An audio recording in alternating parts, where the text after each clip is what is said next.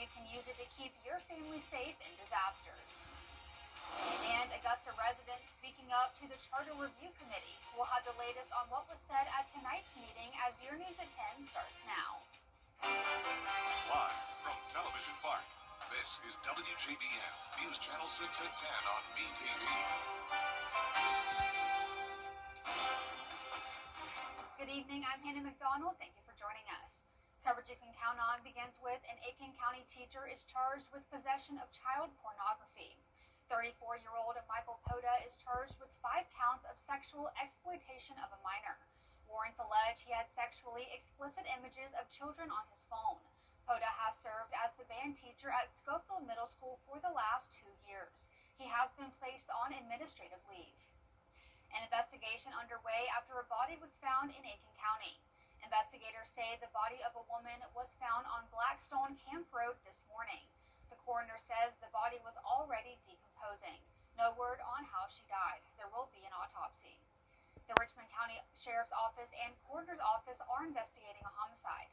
It happened today at the One Stop on Barton Chapel Road. One person was shot and died at the scene, who has been identified as 28-year-old Raekwon Brinson. The Richmond County Sheriff's Office say if you have information on the shooting to call your local authorities. After flash flooding impacted parts of Texas and North Carolina, Columbia County EMA is reminding you of ways to stay safe ahead of storms. Isabella Moody has the story.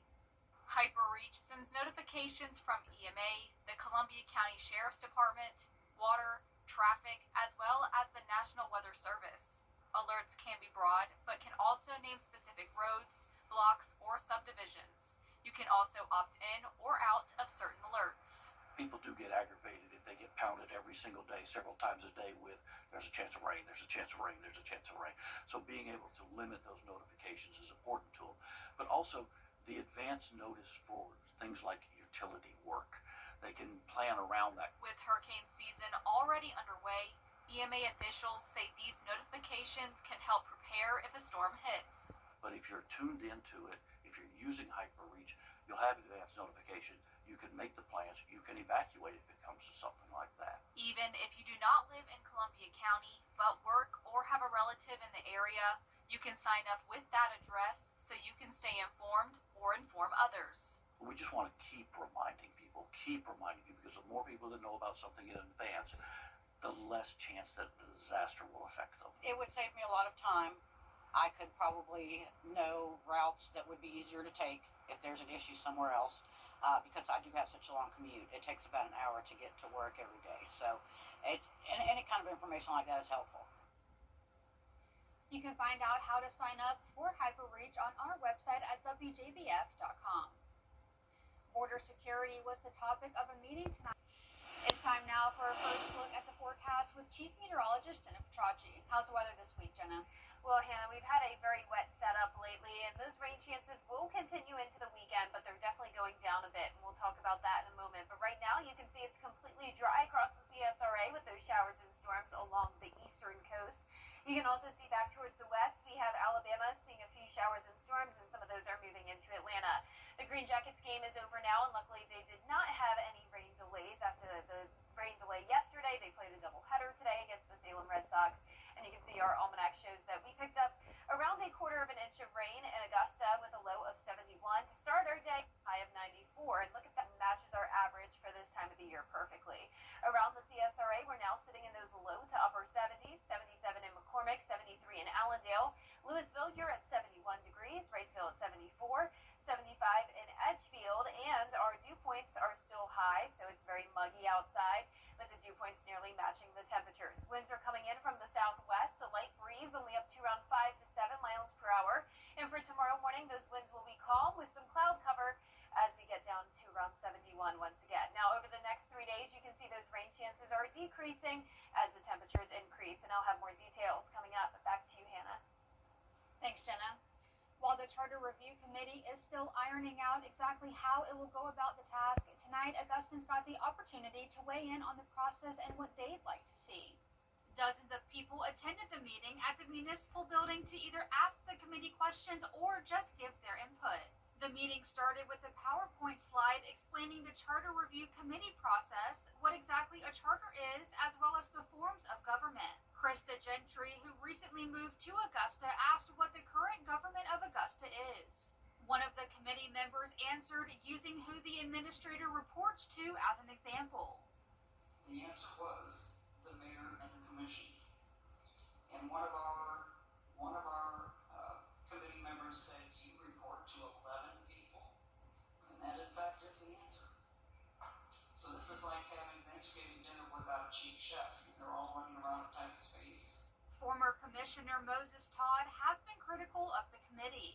Observing the committee, it seems that some think that the committee is a shadow government for the commission.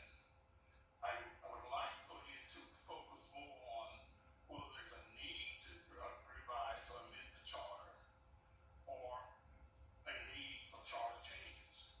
Another former commissioner is concerned about changing the form government without a supermajority. I mean, that's just a fact. Federal level, state level, as well as local government is in our consolidation beyond our charter. And so we're asking you all to do the same. Because like Ms.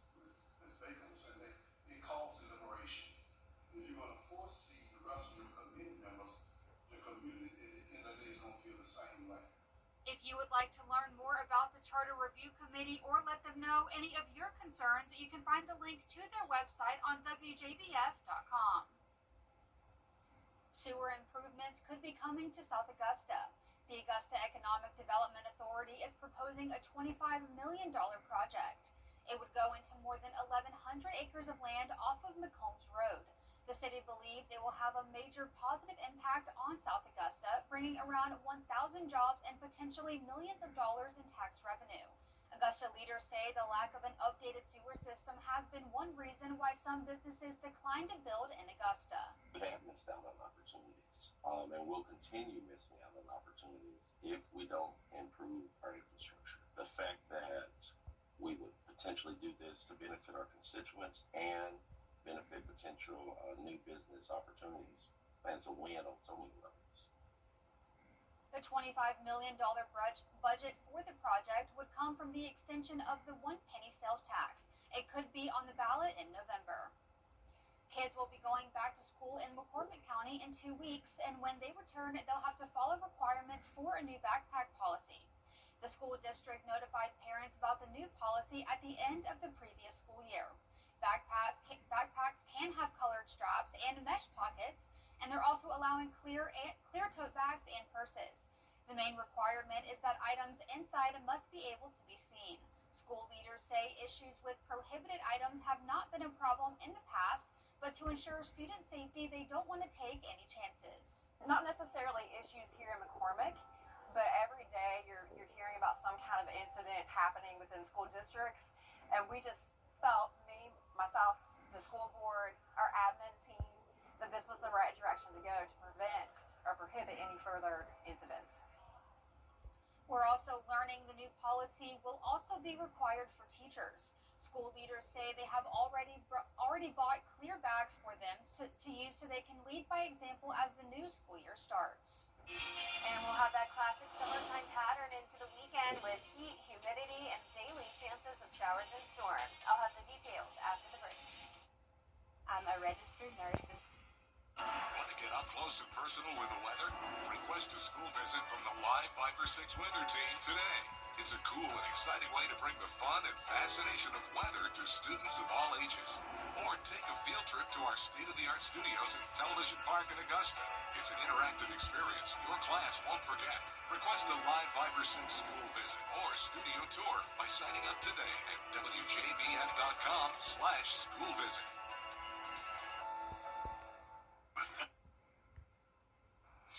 Now, your most accurate forecast with WJBF Live 5-for-6.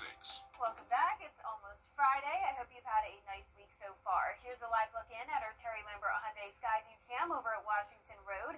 It's nice and dry tonight, and we're sitting at a comfortable 74 degrees. Dew points are also in the low 70s. A south wind is coming in at 7 miles per hour. And around the CSRA, still some cloud cover, but not a drop of rain. You can see on satellite and radar that we had our fair share of rain and storms earlier, especially up in places like Edgefield, Saluda, and Aiken counties.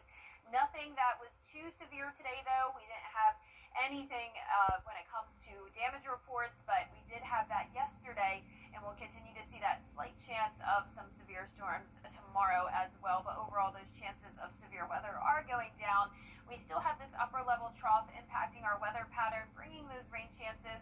And you can see over the past 24 hours, north of I-20, we picked up on a lot of rain, especially around Saluda County, where there was a flood advisory today. Then down towards the south of Augusta, a lot of rain as well. But notice around Columbia County, Richmond, and parts of Burke, a little bit of a hole here where we didn't pick up as much rain over the past day. And that's been the trend all month long. And that's why on our farmers forecast, we're now seeing that first phase of drought around Lincolnton down to Evans. So that's where we could use some more rainfall. And the chance of that for today was at 60%, and we did pick up to now half an inch for Augusta around the airport. But for tomorrow's forecast, we'll still have that chance of showers and storms in the afternoon and evening as we climb to around 94 degrees. And like I mentioned, we're still under the influence of this upper level trough today, and this will start to break apart on Friday. So the rain chances are going down a tad, and so is that severe weather threat. And then by Saturday, the weather pattern shifts, and we'll now be under a ridge of high pressure, and that puts us back into a typical summertime pattern, which means lower chances of rain and storms, and the heat and humidity back on the rise. So notice for tomorrow, around half our area is under a marginal risk for damaging wind gusts, and we also have that marginal risk of excessive rainfall for the entire CSRA. So some minor, brief flash flooding is possible, but the chance is very low. So tomorrow morning starts out dry. Once we get to the afternoon and evening, we'll see some rain and some thunderstorms, and then it dries out again as we go into the start of our weekend. Overall, a nice Saturday for outdoor plans. Even through the 4 o'clock hour, we're not seeing a whole lot of rain, but then we'll have this backdoor cold front move in, and that'll bring us a line of showers and storms late at night. So you may want to have some indoor plans for Saturday evening, and also stay hydrated and as cool as possible if you have those outdoor plans, as the high temperatures will be in the mid-90s, and the heat index will be up to around 105. Those temperatures are climbing by 1 degree every single day, up to 97 on Monday. Then we drop down to the lower 90s by the middle of next week as the rain chances go back up. Our low temperatures tonight will be around average at 71, highs tomorrow also at average at 94, same as today. And your 10-day forecast is showing the rain chance go all the way down to 20% on Sunday with mostly sunny skies. That will be our driest day out of the week. Then those rain chances go up to 50% by the middle of next week. And we'll be right back. The death of a loved one. I'm Basil John. It's that time of the year for the Peach Jam. We'll hear from the North Augusta Parks and Rec Director on what makes this event so special in sports. All Americans. Now, WJBF sports coverage you can count on. Well, we're coming into mid-July, which means, yes, it is Peach Jam time at North Augusta Parks and Recreation Center. Now, the 29th annual Peach Jam itself doesn't tip off until Sunday at the Recreation Center and all its basketball gyms, but action already taking place this week, as for the first time, the Nike EYBL circuit decided to bring the last of its 4 summer sessions to the Peach Jam headquarters. So a good preview for next week's gathering of the best high school ballers and some of the most recognizable college hoops coaches in the nation. Now, Rick Meyer, Director of North Augusta Parks, Recreation, and Leisure Services, says the annual event is a yearly favorite. 50 weeks a year. We're in that normal Parks and Recreation Department serving our citizens, and 2 weeks out of the year we get to be on the national scene, and we still pinch ourselves that when we built this facility that Nike showed up thanks to Coach Clint Bryant. Now, EYBL session number 4 runs through Sunday, and tomorrow we will tell you about what makes Nike keep coming back each year. Well, there are no more dead weeks in the high school football season, exactly 1 month away, so that means the preparation intensity has reached a fever high. Now, football athletes from Aiken, Lakeside, and Westside converged on Aiken's new look stadium Thursday for OTA workouts. They gave the teams an opportunity to face off against someone other than themselves. Now, any football coach will tell you that such work is vital for a football program's development, and Aiken head coach Steve Hibbets loved what he saw, and not just from his own team. When we get back in July from that dead week, everything gets amped up. You know, we start conditioning more. The kids realize they're only about a month away from playing. So, and the coaches know that. So we amp everything up more. We get after it a little bit more. All the teams, they know it's getting close. So their mentality is, hey, we got to start getting ready big time. Now, Aiken kicks off its season August 22nd at Anor, while Westside and Lakeside begin August 15th against Laney and Grovetown, respectively. Now, the Augusta Green Jackets coming off a 2-0 win in the first game of their doubleheader, hoping to pick up another victory. Now, it's Owen Hackman on the mound for the Green Jackets with a solid outing, 6 1/3 innings with 7 strikeouts. So we go to the bottom of the 5th inning. Joel Olzbowski singles on a ground ball up the middle, but just unable to capitalize there. So then we go to the 6th inning. Owen Carey sends a blooper into center field for a base hit. Now, he ends up stealing not only second base, but third base as well. However, Nick Montgomery, he strikes out swinging to end the inning, leaving 2 runners on. They fall 1-0 to the Red Sox. But up next, they'll have their Spencer Schwellenbach bobblehead giveaway tomorrow night.